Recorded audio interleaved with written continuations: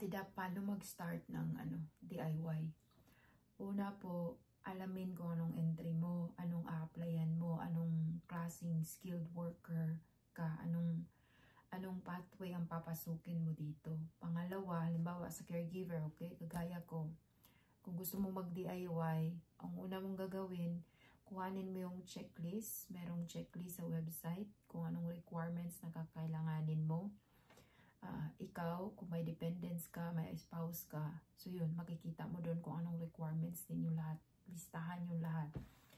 Tapos, pag may list ka na, kukunin mo yung, kuhanin mo una yung mga requirements na matagal darating. Say for example, ang ECA. Ang ECA is, depende sa assessment center. So, kung sa West ka, 1 month, 2 months, ganyan. Depende sa ang province ka sa Philippines. But kung, halimbawa, manggagaling dito or dito ka lang inside Canada, merong 1 month, merong 2 months, ganyan. Hindi po the same. So, ang pangalawa, mong hanapin, kuhanin mo ang ECA, ang IELTS.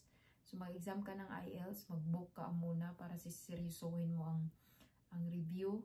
So, kukuha ka ng IELTS. May ECA ka na, lahat ng, kung halimbawa may experience ka sa ibang bansa, kasi kailangan yun ang police clearance eh. So kung kukuha ka ng police clearance sa ibang bansa, kailangan may job offer. Kasi tatanungin ka what is the purpose kung bakit ka kukuha ng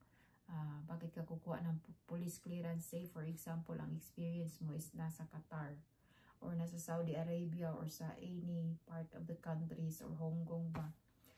Hahanapan ka ng sa police department ng fingerprints at saka yung purpose why kukuha ka. So kakailanganin din nila ang job offer mo. No, yung kagaya sa akin, kumuha ako sa Qatar kasi. So nung pumunta ako ng consulate, kailangan nila ng job offer.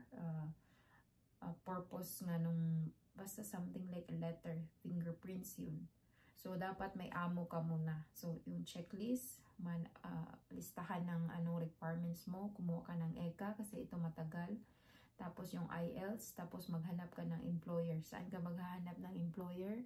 Doon sa mga website na nasa videos ko po. Yung nandoon sa Jobbank, sa Canadian Nanny Services, sa CanadianNanny.com, Executive Nannies, sa mga website po sa Jobbank. Yung sponsor ko po sa Jobbank ko po siya nahanap. So, itong currently na employer ko sa Jobbank ko po sila nahanap.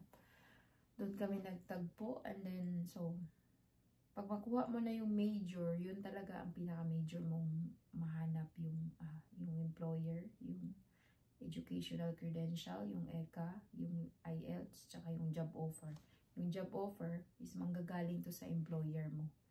So, the rest are minor requirements na kakayanin mo na yung makuha. So, ang pinaka-importante yung apat.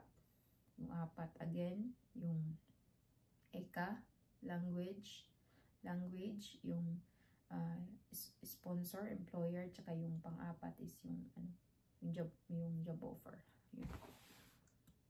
Yun lang. And then, i-gather mo lahat. Pag nag-gather mo na lahat, ang requirements mo, kumpleto na lahat, isi-send, kung DIY ka, diba? So, isi-send mo lang yun sa website. So, pag na-send mo na sa website, yun, didiretso na yun sa IRCC. So, yun. Magsisimula ng response nun hanggang sa ma-process na siya. So, lalabas ng visa mo. So, pagdating mo ng Canada, makukuha mo ng permit mo. It's not easy. Hindi po siya madali. Sinasabi ko sa'yo, hindi po siya madali. Pero kung wala kang choice, wala kang enough na funds to pay for agency or consultants, then kung mag-DIY ka, nasa sa inyo po yan kung paano mag-DIY. So, yun po ang gagawin po.